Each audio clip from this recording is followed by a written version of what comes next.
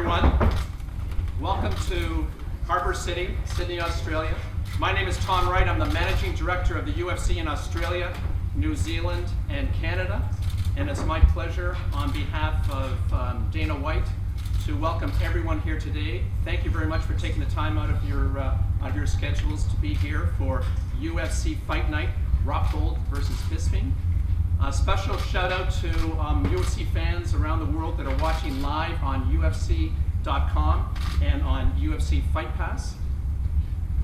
Can't tell you how excited I am to be here for, this is the 6th time we've been to Australia, the 4th time we've been to lovely Sydney.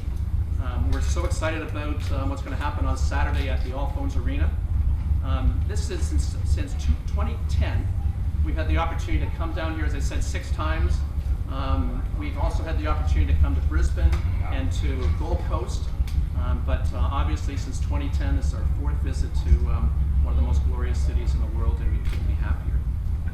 One of the great things about this card, and I think it's a great reflection of where the UFC has come in Australia, is that for the first time we have a total of 6 Australians on the card, which is an all-time record for us. Robert Whittaker, Palelei from Perth, Jake Matthews from next door over in Melbourne, Anthony Perosh from here in Sydney, Dylan Andrews, Richie Bass, Nick Grujic, and of course Dan Kelly. Having 8 Aussies on this card is an all-time record for us and a reflection of how the sport has grown. Today we're joined by the main and the co-mains. And before I open up to questions, I'm just going to say a few words about each of these athletes. I'm going to introduce the co-main fighters first, starting with the lightweights. On my immediate left, Iaquinta from New York, 9-3-1. He's 4-2 in with the UFC. He was a finalist on the Ultimate Fighter 15th season. He's won 4 of his last 5. He's a product of the Serra Longo fight team and has been training with UFC Middleweight champion Chris Weidman and the recent Ultimate Fighter winner Eddie Gordon. So please welcome Iaquinta.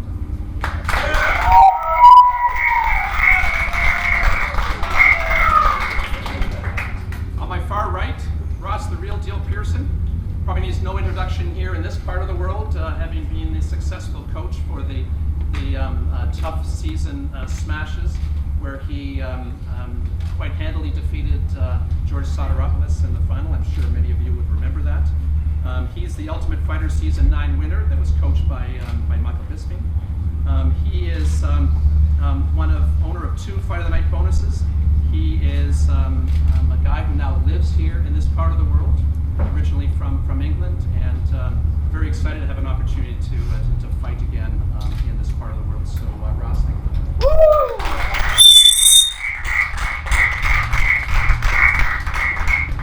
And now for the main event.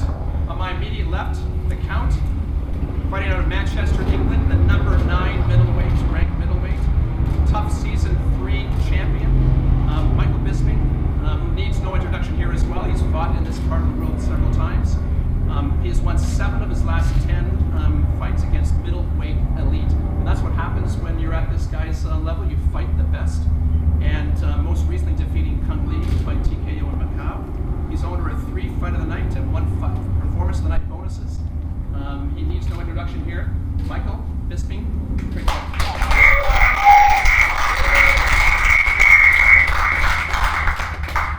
And Michael's opponent on Saturday at All Phones is the former Strikeforce champion, fighting out of San Jose, California, Luke Rockhold. Owner of a 12-2 record, 2-1 in the UFC. He's the number 5 ranked middleweight. Won 11 of his last 12, including 2 successful defenses of his Strikeforce middleweight title.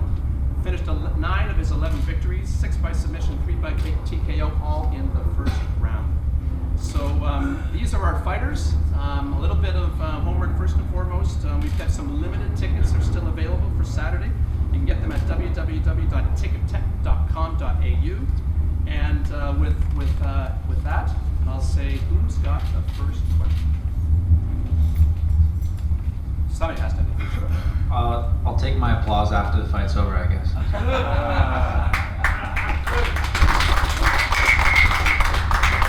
Okay, who's got the Show some personality. Jesus Christ, where's that been?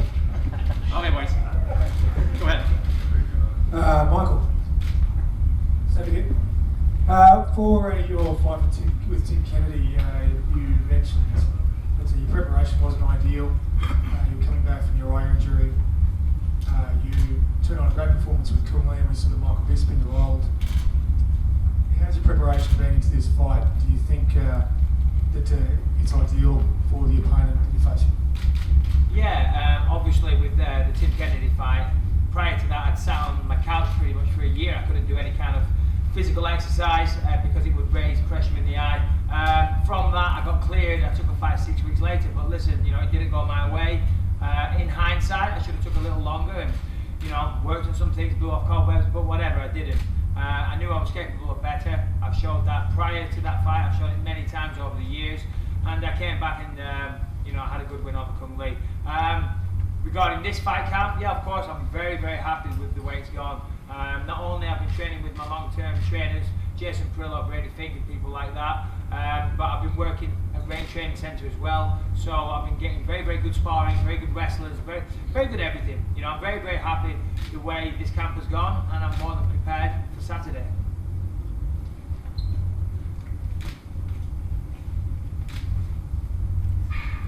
Yeah. G'day guys, Adam Island, MMA Canvas. Luke, first question's for you. A lot of talk leading up to this fight from both you guys. Have you had enough of it? Are you sick of it, or have you enjoyed that part of the build-up? It's time to put up and shut up. I'm ready. I'm excited. There's been a lot of talk. I'm coming to do some more, I guess, here at the press conference. So I'm just ready to go. I feel the best I've ever been, and I'm ready to perform. Okay, cool. Can I just repeat? Did you enjoy it? Was the actual question? No, you never answered. Have you enjoyed it, Luke? I've enjoyed it. Have you enjoyed it, Luke? It's for the fans to enjoy, and it's nice for a change to do something different. I've always been cordial with most of my opponents, and it's nice to talk crap about Michael. I'm not gonna lie. Okay. Thank you. Michael, just over here. I can see you. Luke is ranked number 5. Does a win over him give you a title shot? To be honest, I'm not concerning myself with matters of that nature. I'm just here to win a fight. And, a lot's been made of this trash talk and things like that. I don't know, Luke. He could be the nicest guy in the world, if we met under different circumstances. I doubt it, but he could be. For me, I'm just here to perform to the best of my ability and win a fight. Now, he's higher ranked than me, and he's got a good reputation, so of course it would be a solid win and point me in the right direction. Of course I want to fight for the title, but for me, I'm here to take care of business on Saturday, regardless of any future implications. Okay, thanks Michael. And Ross, just one for you quickly. The co-main event is a very good matchup, in my opinion. The lightweight division is absolutely stacked though, and you've had some good success there since coming back up in weight. What does this fight mean for you in terms of your career goals and moving up in the rankings? Yeah, definitely. This is a great status matchup for me. I wanted a top 10 ranked opponent for this fight. There wasn't any available. Joe Silva in the UFC said February next year, and I didn't want to sit out. I didn't want to sit in the sidelines. Like you said, the lightweight division is stacked right now, and you got to be active. You got to keep your name out there. You got to keep fighting in front of the fans and showing what you can do. So this fight is about, for me, is just to go out there and show the world what I can do, put on a show, and stake my claim at the top of the division. Thanks, Ross. And just one for you, Tom, very quickly. Are you on track for a sellout? And if so, is that 18,000 all phones? Yeah, we are on track. We've got, as I said, we just opened up some few more tickets that came up from Production Kills. We've opened the entire bottom row that will be full. Question for Ross. Ross, just on the rankings there, having technically won 4 of your last 5 fights, disregarding Diego Sanchez fight, how much attention do you pay to the rankings? Yeah, I just broke into the top 15, and I'm not gonna lie, I was pissed when Eddie Alvarez came over to the UFC and they dropped me out in the top 15 and put Eddie Alvarez in there without even fighting in the UFC, So yeah, I was pissed. saying that, I don't really take too much notice of rankings and numbers and things like that. I'm not very good at maths. All I do is fight. I just come out here to put on a show and show the world what I can do. I believe Al is a great opponent. I believe he comes from a great team, and I respect his team highly. And I'm here to put on a show and state my claim. This is what it's all about for me. I'm staying busy and I'm finishing this year out better than it's ever been. And question for Mike. Mike, I see you got a cut above the right eye there. Is that anything to be worried about? No, I don't think at all to be worried about, my good man. He's not going to land a glove on the night, so you know I could have stitches all over my face. I had a tiny little cut. It was a clash of heads. For all Luke's talk, I'm pretty sure he's going to shoot a takedown in the first round. So I was working on my takedown defense, and a minor clash of heads. But as I said, no problem on the night. Your response to that? I haven't practiced takedowns at all this whole training camp. I'm focused on a stand-up game. And that's where it's going to start. That's where it's going to end. Thank you. You know, yeah, I don't care who Michael's sparring with. If he's getting beat up like that, he's in big trouble. You look at me, sparring with Cain Velasquez, Daniel Cormier, and the best guys in the world, the heaviest hitters. Pretty clean eye.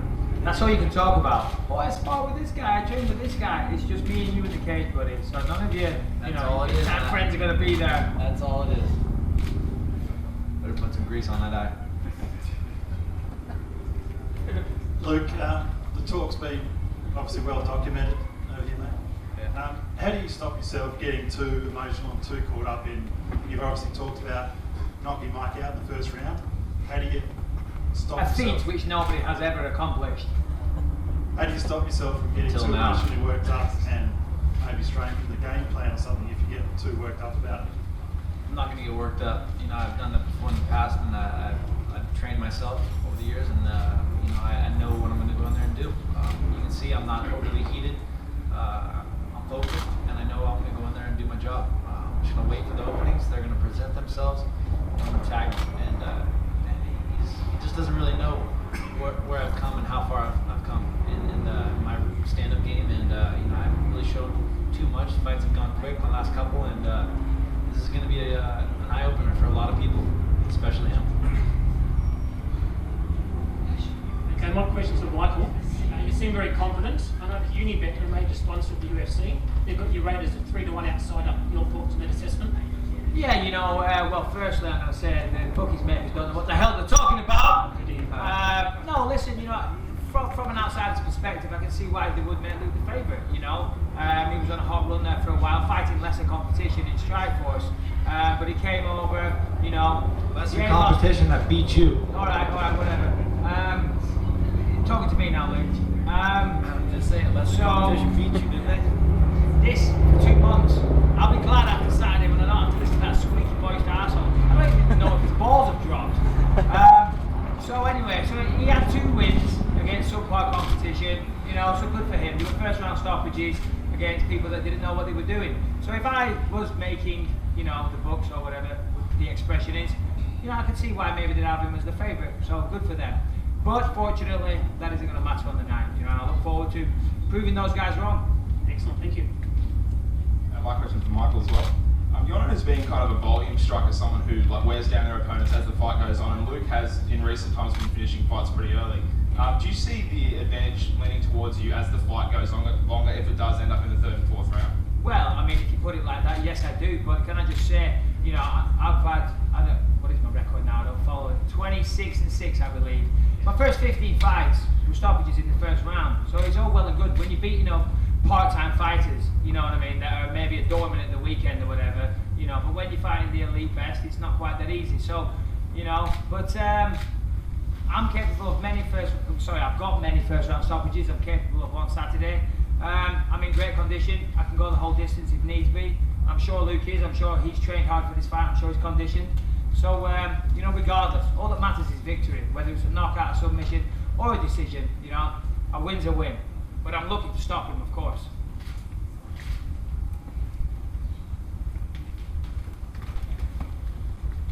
This is from the underground. This is for Luke and Al. Obviously, this is your first time here in Australia.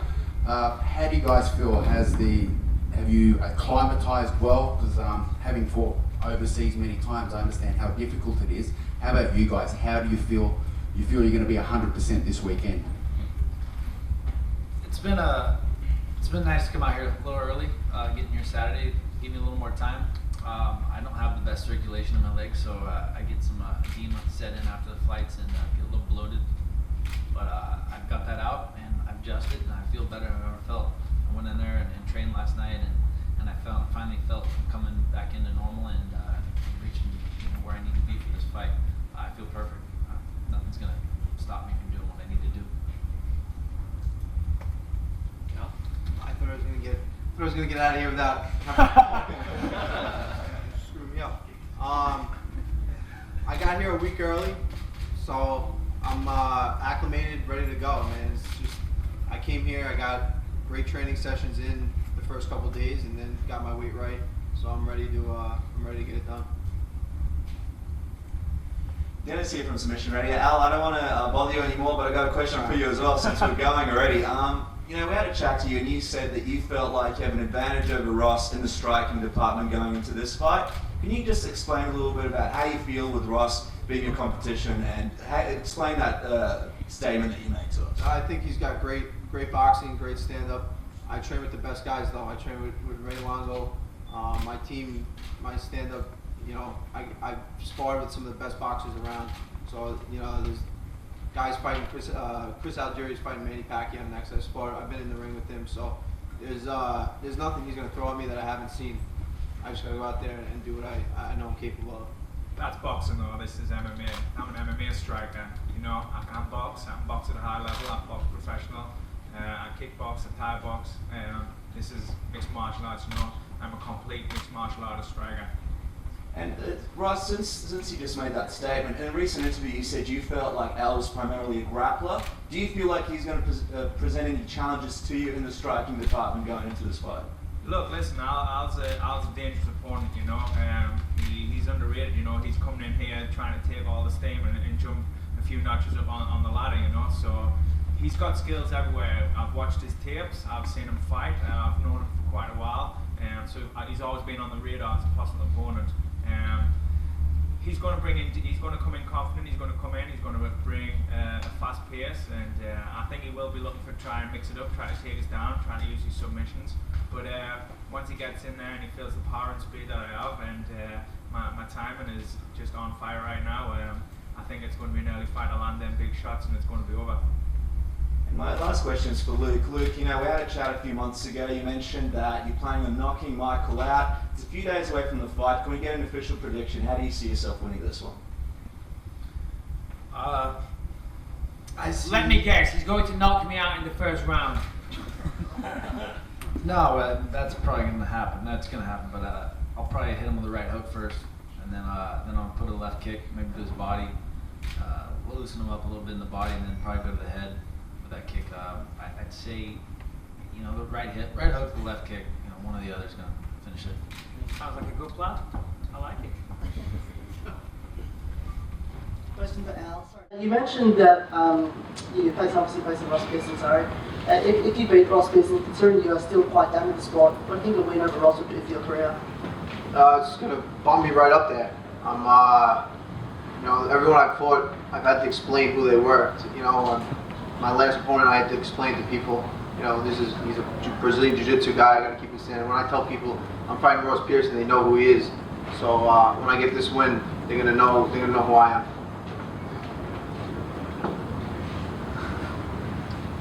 How about the diversity of accents on this panel? It's pretty amazing.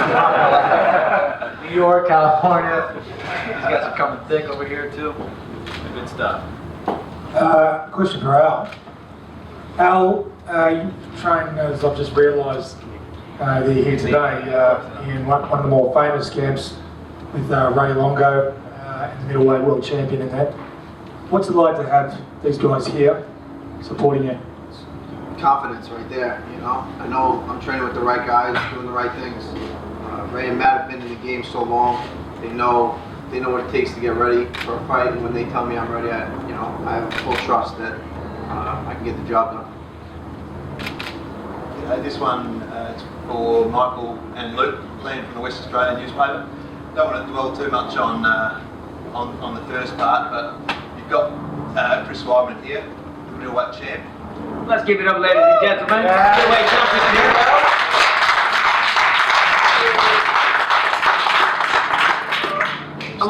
Still claiming best beard here. Still claiming best middleweight beard. So firstly, Chris is about to fight Beator Belfort for the championship. You both brought him next to Chris. It's great to see you guys. It's a bit of an honour. He's about to fight Beator. Yes. Go on, spit it out. To Anderson. You guys both fought Beator recently. And he's since been involved in a bit of a drug scandal. Is that great on you at all that he's about to get the shot at Chris? And secondly, is this the man you're looking at? Well, it's quite a, what's the word? What a shit-stirring question you asked me. You're going to open a lot of cans of worms. But yes, listen, Vitor was juiced to the gills for many years and now he's not. Now, Chris is going to win that fight. First and foremost, that's what I think, and of course he's at an advantage of what I were because he's no longer juiced to the gills. I'm going to say that. Where's you have better cardio? Yeah, no, exactly. So, do I want to fight Chris? Of course I do. I think every middleweight on the planet, as a fighter, that's what we want to do. Vitor, I think his physical appearance is altered. It's quite visible. Is he going to be the same person? That's the question that everybody wants, that everybody's asking. And only he knows. We shall see. Not much left to say. Vitor is a joke to me. We'll see what comes out. I'm very interested to see what he turns up. I'm interested to see what happens to his drug test he just took the other day. Yeah, I'm worried about that. I wanted to get drug tested until he actually gets drug tested. We'll see if the fight even takes place.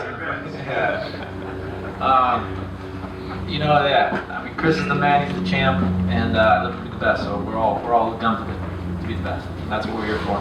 If you're not, I don't know why you even start. I don't know why you fight.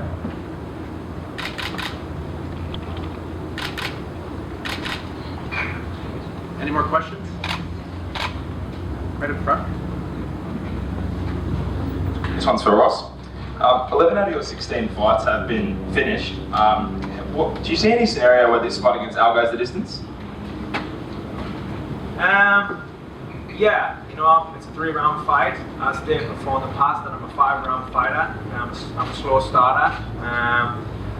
I think this fight Al's going to come out fast. He knows I'm a little bit of a slow starter, so it's going to have to get out the gates fast.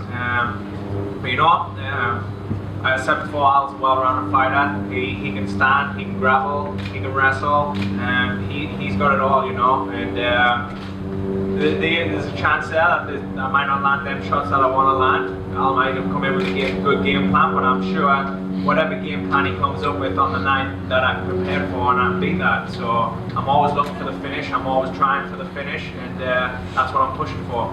So you said you're a slow starter. What do you attribute that to? Timing.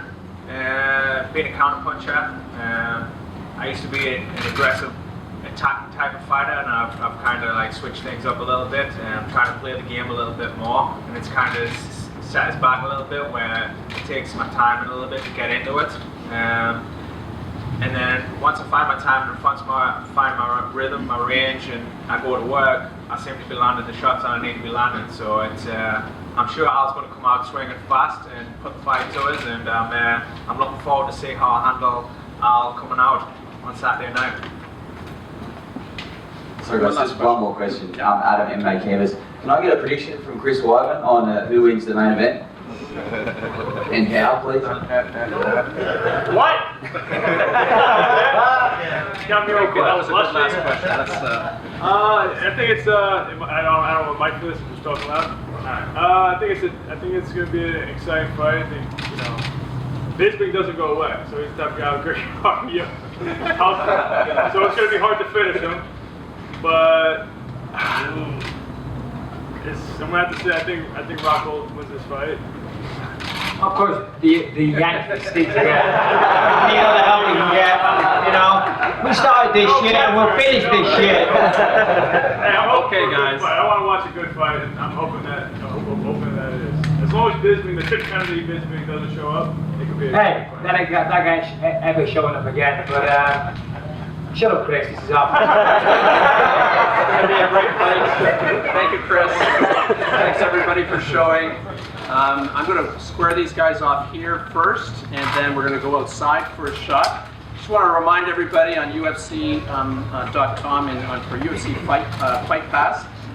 For North American viewers, on Friday it's going to start. The fights are going to start at 7:30 Eastern, 4:30 Pacific, and the main card goes off at 10 o'clock Eastern and 7 o'clock Pacific on Friday night in North America. The media is invited to a community works event this afternoon at South Sydney Rabbitohs at 3:30 at the America PCYC. And so I want to thank everybody for coming. So I'm going to square these guys off first with the lightweights.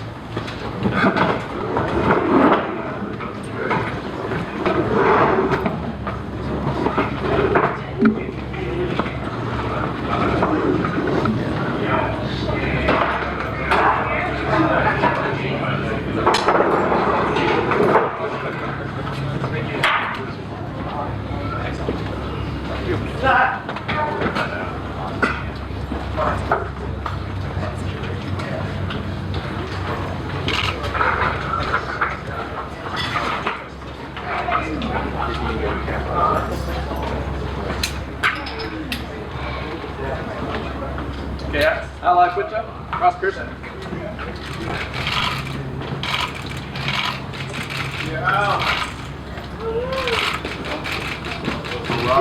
Real deal. Okay, boys. Turn around and face the camera, please. Here we go.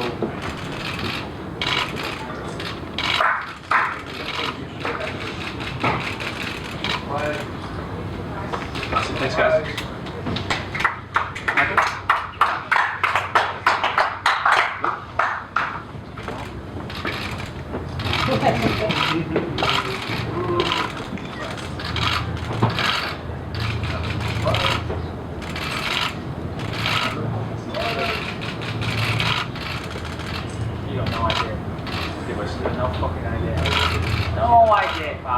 One more.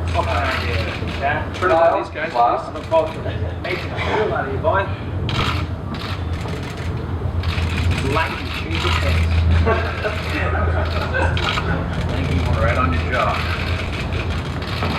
Okay, guys, we're going to go outside, please.